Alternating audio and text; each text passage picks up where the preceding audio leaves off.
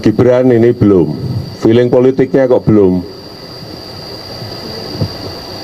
masih seneng 100% di dunia usaha, feeling politiknya belum, kelihatannya belum pengen masuk. Kaisang apalagi masih seneng-senengnya buka sini, buka sini, buka sini. Yang saya lihat malah feeling politik sudah mulai masuk tuh Bobi. Pertama umur, yang kedua baru 2 tahun aja jadi wali kota. Yang logis saja lah. Kami Prabowo Subianto dan Gibran Rakabuming Raka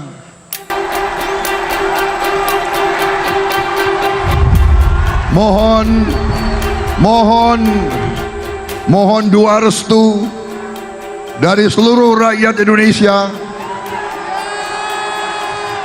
mengucapkan terima kasih kepada pendukung-pendukung dan pengusung-pengusung kami semuanya. Dan saya ingin di sini menyampaikan, tenang saja Pak, saya sudah ada di sini. Ya, orang tua itu hanya tugasnya mendoakan dan merestui. Jangan terlalu mencampuri urusan yang sudah diputuskan. Bapak setuju nggak kalau Gibran maju? Anak-anak kita. Yang paling penting, presiden itu boleh loh kampanye. Presiden itu boleh loh memihak.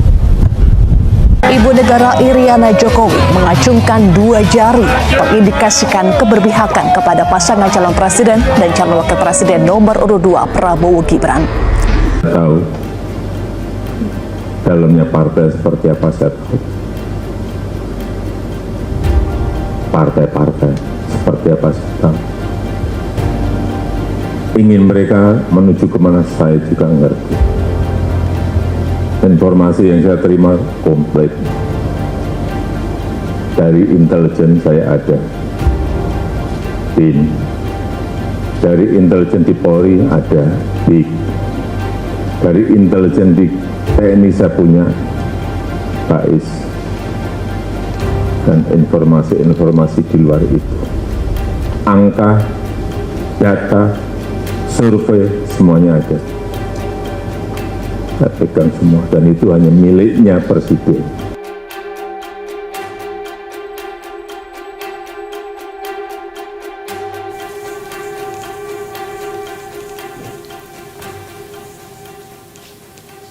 Pemilu sebentar lagi akan dimulai, pemilu presiden dan pemilu legislatif. Khusus pemilu presiden, pertanyaan paling menariknya untuk tahun 2024 adalah apakah pemilu 2024 presiden akan 1 putaran. Kalau kita lihat angka yang ada menunjukkan bahwa memang pasangan 02 yang di situ ada anak presiden sedang memimpin.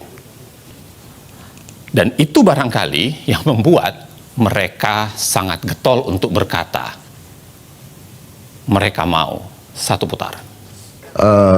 Dan hampir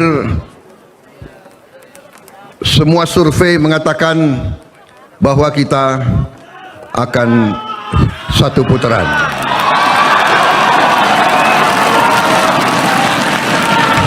Saudara-saudara, hampir semua survei mengatakan kita sudah 1 putaran.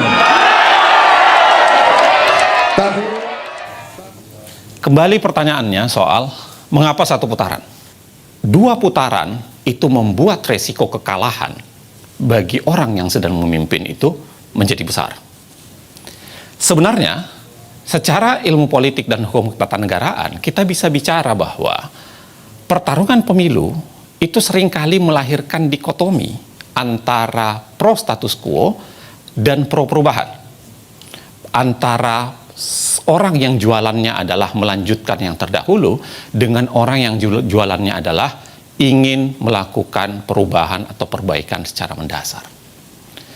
Dikotomi ini bukan khas Indonesia, bisa terjadi di berbagai belahan negara, bahkan dalam tingkat yang lebih lokal pernah terjadi dalam konteks Pilkada DKI Jakarta.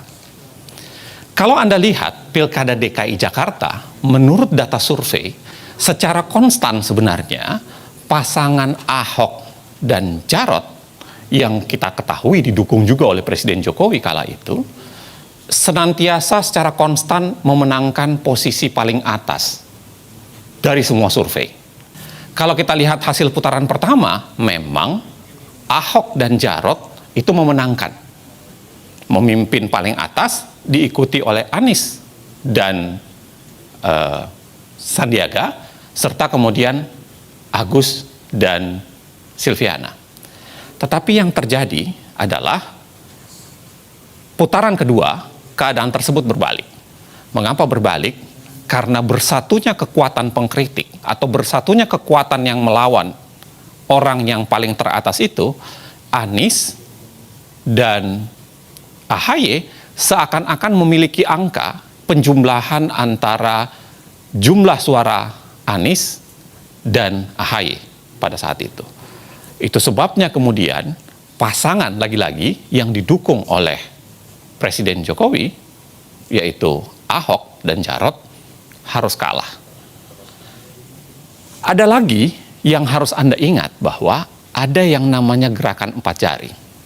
Gerakan 4 jari itu seakan-akan menjadi tawaran, seakan-akan menjadi simbol bahwa ke depan dalam Pilpres kali ini adalah penggabungan kekuatan 01 dan 03 melalui gerakan 4 jari atau gerakan 04 ini.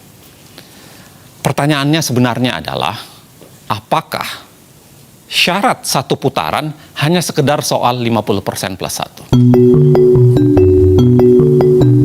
Pendapat Dr. Zainal Arifin Mokhtar sangat benar. Apalagi jika kita amati ketentuan Undang-Undang Dasar 1945. Pasal 6A ayat 3 Undang-Undang Dasar 1945 menjelaskan soal syarat satu putaran bagi seorang calon presiden dapat terpilih. Syaratnya adalah mereka harus memperoleh lebih dari 50% suara dan harus memenangkan sebaran wilayah dari 20 provinsi yang asalnya berasal dari setengah jumlah total provinsi di Indonesia, yang saat ini sudah 38 provinsi, setengah lebihnya adalah 20 provinsi. Dan setiap kemenangan di 20 provinsi itu harus disertai kemenangan lebih dari 20% suara minimum di setiap provinsi.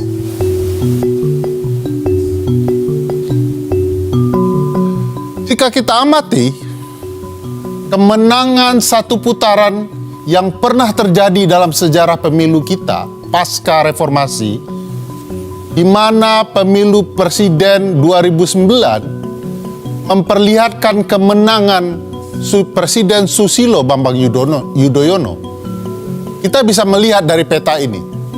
Warna biru ini menggambarkan kemenangan presiden dan di mana saja wilayahnya. Bayangkan luasnya. Jadi tidak mudah bagi seorang calon presiden memenangkan 50% suara dalam satu putaran pemilu.